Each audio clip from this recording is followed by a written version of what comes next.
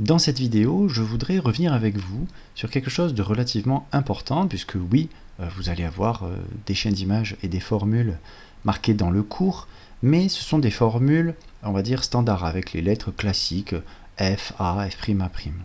Or, dans les exercices, ces lettres-là vont peut-être, et même sûrement, changer. On ne va pas pouvoir tenir indéfiniment juste avec F et A. Peut-être qu'il va falloir leur mettre des numéros pour se repérer dans la situation de l'exercice. Et c'est tout un art et tout un apprentissage d'arriver à continuer d'utiliser ces formules en changeant, en adaptant les lettres qui les composent. Voilà le but de cette vidéo. Alors je vais vous donner plusieurs exemples. Par exemple, on pourrait se dire, bah tiens, par exemple, l'objet s'appelle plus AB, il s'appelle A1B1. Qu'est-ce que ça change, etc. On va en faire plusieurs. En rouge, je mettrai tout ce qui est modification du nom de l'objet. Mais on pourra aussi changer le nom de l'image. Et dans ce cas-là, en bleu, je le ferai apparaître sur le PowerPoint. Et enfin, on pourra aussi voir qu'est-ce que ça fait quand on change le nom du système centré qu'on traverse. Alors commençons par l'objet. Imaginons qu'il ne s'appelle plus AB, il s'appelle A1B1. Qu'est-ce que ça change?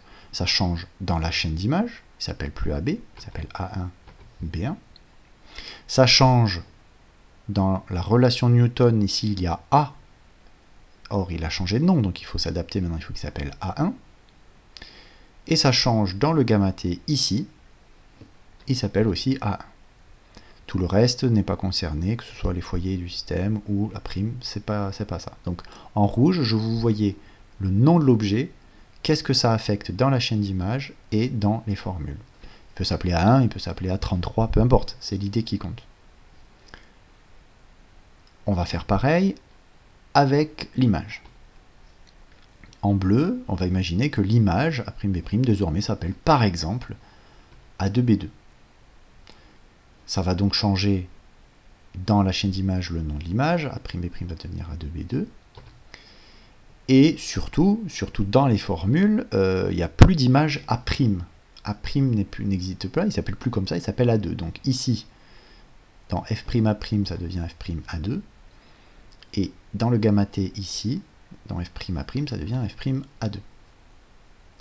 Donc on voit que l'objet et l'image vont changer des petits détails dans les formules. Mais il reste encore beaucoup de lettres majuscules en noir.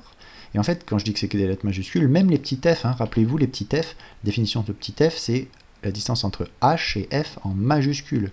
Donc en fait, c'est caché dessous, c'est que des majuscules en fait, tout ce qui reste en noir. Que ce soit dans le gamma T, ou que ce soit H'F' pour petit f'. Et donc toutes ces majuscules, en fait, elles appartiennent au système centré, F, H, H', F'. C'est vrai que c'est par rapport à lui qu'on référence tout, donc c'est pour ça que ça apparaît beaucoup. Et si lui, il change de nom, alors là, ça va changer beaucoup de choses dans l'écriture des termes, en plus de ceux qu'on a déjà fait. Si par exemple on dit que le système centré maintenant s'appelle 3, parce que c'est le troisième qu'on a fait, F3, H3, H'3, F'3, eh bien toutes les choses qui concernent le système centré doivent changer dans la chaîne et dans les formules. Dans le système centré 1, ben non, c'est le 3. HH', non, c'est H3, H'3. Dans Newton, c'est pas le F, c'est F3. C'est pas F', c'est le F'3, on l'a sous les yeux.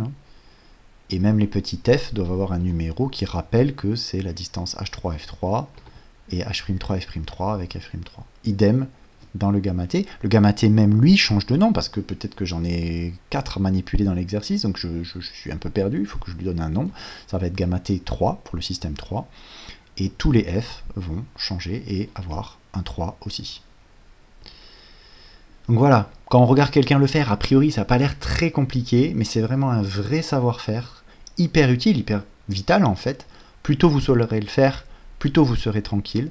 Donc n'hésitez pas à mettre plein d'énergie dans cette compétence, à m'appeler, à me poser des questions, à vous entraîner, à prendre le temps de le faire comme je viens de le faire, tranquillement. Et plus vous le ferez, plus vous y arriverez rapidement jusqu'à ce que ça devienne un automatisme.